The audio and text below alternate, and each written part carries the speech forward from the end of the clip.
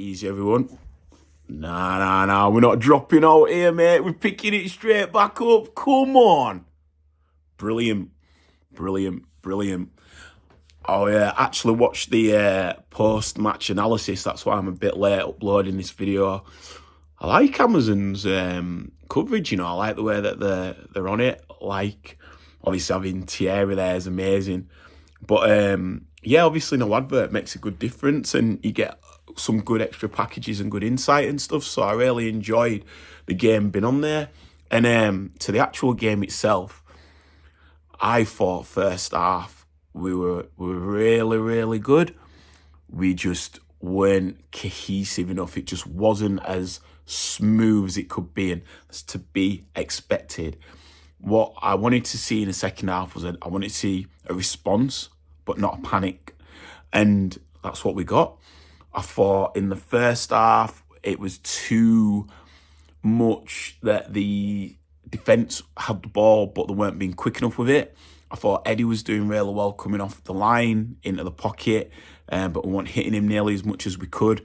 I thought Martin Odegaard was unreal tonight, and in the first half, he was turning up everywhere, but we weren't really getting the wide players in as much as we could as well, and the way that they were sitting back, especially after they scored, it looked like it was going to be difficult to break down. But, as we say, second half, we came out and we just went at them. And it just clicked. The second half is exactly where we've been playing all season. And you know what I love about the second half performances? I wasn't worried that we'd find our form again. What I was a bit wary of is are we going to find it in the first game? Because before you know it, we end up losing or drawing that. Pressure starts coming in. Then what happens in the Brighton game and then Newcastle and the games we've got in January, it's easy to get sucked back in.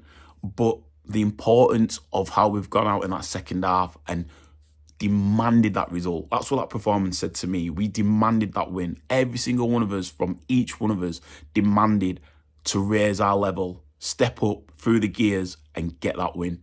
And what amazing finishes. I thought Saka's finish was so calm, collected, and again, what did he do? Got the ball straight back. Initiative to the rest of the team. We're not resting on this. We're coming back. We want it all. Keep going. You can say that Gabby's goal was fortunate, and obviously Fabianski getting beat his near post, but it's the way that we win the ball so high up, and then obviously the quick interplay. And one thing, I thought Gabby was probably the player that looked the most sluggish today. I thought in the first half he wasted some good opportunities. His crossing was a bit erratic, but it was more that he was looking to cross where I wanted him to be one-on-one.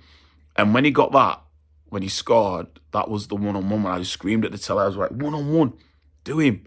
And then he bunned him up. And then obviously you can say that keeper should have done well at near post, and you'd be disappointed if you were them giving away that goal. But I thought the way that Gabby stood him, got past him, and hit it, like the quickness of that movement just caught him flat-footed. So I give that to Gabby actually, as in like catching him out. And then the third goal, and let me just touch on Martin Odegaard first and foremost, because I want to end the video on bigging up Eddie. So yeah, Martin Odegaard was unreal today. I felt like against Wolves, he was the architect. There's something about obviously with him being captain, the way that he leads this team now is people said he'd hide not hide, but he'd go missing in certain games. But he's the one now who is driving it. He's the one who's on the ball. He's making it happen. He's like WD-40, mate. He can unlock anything. And like against Wolves, he did it. Obviously, he got the goals, and the way that he celebrated, it just stayed with me. Like obviously through the World Cup when we had no football, and he scored in the friendlies and stuff. But the celebration against Wolves, where he's pointing at the badge like that, there's just something there that's just assured. Like he knows what we're able and capable of doing, and that's why he's going to raise it. And I thought today was the same. I thought even when it were 0-0 and they had their low block and they would basically have 9 men in their own area, it was him who was picking up the spots and looking for these amazing reverse ball passes. And well-deserved man of the match for me. Obviously, the first goal, was it a shot? Most likely was a shot, but he gets the assist. But to Eddie, the ball that he played through to Eddie was class. So yeah, Martin Odegaard, unreal. But in fact, before I touch on it, let me just say as well, having Arsene Wenger back at the stadium was amazing. I pray that he's gone in at change room, speak to him. Thierry Henry doing the coverage, and again with Amazon and how they shoot it. Bukayo Saka was coming off after he was warming up. Obviously, you'd have seen it. And, he's hugged Henry, and Henry said, "You're going to score 2 today," and just stuff like that. Like, these legends of this famous institute of Arsenal Football Club now all adorning this next uprising of this current generation. It must fill them with so much gusto and confidence, man, to galvanise them to go on. And you're seeing it. You really, really are seeing it. They're taking the moments, they're taking the opportunities, and there is no one who hasn't took that more so and is more deserving than Eddie Nketiah. The man end of last season, was on point. So why are people questioning it? Like, he's proved that he can do it. Like, this is a reach here, and I'm not saying he's this guy yet. Like, so don't like jump in comments and be like, "What the fuck are you on about?" But he has the nuisance of a Drogba about him. Now, obviously, he's not Drogba, don't get me wrong. I'm not saying he is Drogba. But he has that bullying, like, build about him. He can be a bit docile, like, when it gets away from him. When he's not as cute, rather. I won't say docile. He's not as cute, like, the foul on the goalkeeper, or when he's trying to get back and he sort of... Yeah, he's not as cute with the fouls as he could be. But he's just bullish. That's who he is, do you know what I mean? And he can nurture that harness, that cute side of the professional foul side of it and everything like that. But what you got to say is Eddie Nketiah is a finisher. Like, and what it was nice to see today is he was prolific. Like, because sometimes you might say he needs more chances and he's going to convert, but he was prolific. He took his chance really, really well. But I thought he led the line really well. I thought he was spinning. I thought he was holding the ball up. I thought he was bringing players in really well. And he's a confidence player.